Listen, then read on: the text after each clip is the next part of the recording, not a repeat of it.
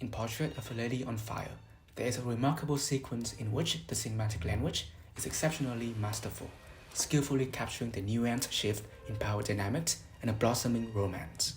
Each character's deliberate placement within frames highlights themes of the muse and the artist, observer and observed, and the interplay of the female gazes, all intended by director Sciamma, as she wants to get rid of the idea of the muse being a silent, fetishized woman and show that the muse is very much involved in the co-creations of art.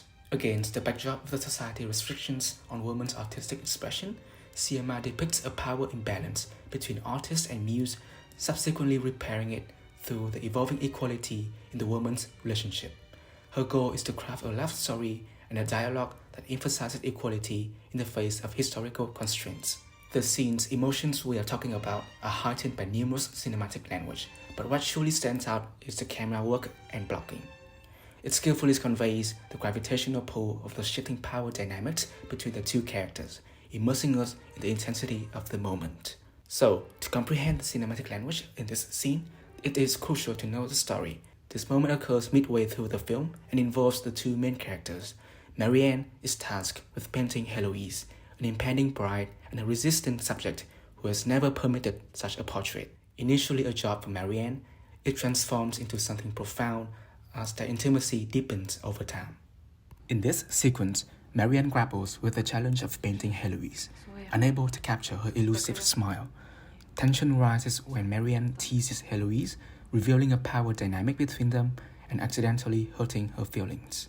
Je ne voulais pas vous blesser. Marianne, in an attempt to assert her understanding of Heloise, points out the subtle nuances of her gesture in various emotional states.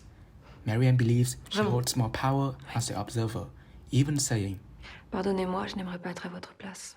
But Heloise challenges this perceived power imbalance, Exactement à la même place. insisting they share the same place, inviting Venez ici. Marianne to see her from her perspectives. Si vous me regardez, qui je regarde moi? She cleverly uses Marianne's own words as a refrain, exposing her as an equal observer, breaking down Marianne's defenses, rendering her silent in turmoil. Hausser les sourcils. The climax forces Marianne to confront her feelings, acknowledging the shift in dynamics, and the resolution sees Heloise gaining equal footing, leveling the playing field in the evolving relationship. Now that we comprehend the narrative, let's delve into the cinematic language shaping it. The movie delves into the look, or the collaborative gaze, emphasizing how Marianne and Heloise, through the joint efforts on the portrait, ultimately builds intimacy. Celine Sciamma characterizes the film as a manifesto on the female gaze, especially highlighting this scene as crucial as it marks the shot reverse shot dynamics and poses intriguing questions about the power dynamics of observation, of who is watching whom. In this scene, the power dynamic between Marianne and Heloise undergoes a profound shift, challenging the traditional observer and observed relationship inherent in the artist-muse dynamic. At the scene's beginning, Marianne, the observer, is framed in a medium close-up, subtly covered by the canvas. The camera's proximity to her creates a sense of intimacy. Conversely, Heloise, the observed, is presented in a medium shot, seen from Marianne's perspective, completely exposed to the camera gaze. This establishes a visual hierarchy. Then as the scene progresses to its midpoint, Heloise calls over Marianne in order to show her how things look from her perspective. So Marianne steps into Heloise's frame. Then as Heloise dismisses Marianne's false perceptions of the dynamic, the camera pushes in, emphasizing Heloise's growing agency.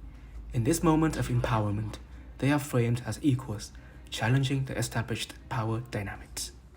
Quand vous ne savez pas quoi dire, vous baissez la tête et vous touchez votre front. Upon Marianne's exit, the camera further intensifies its push, placing Heloise in the exact initial frame as Marianne was at the start of the scene, and vice versa.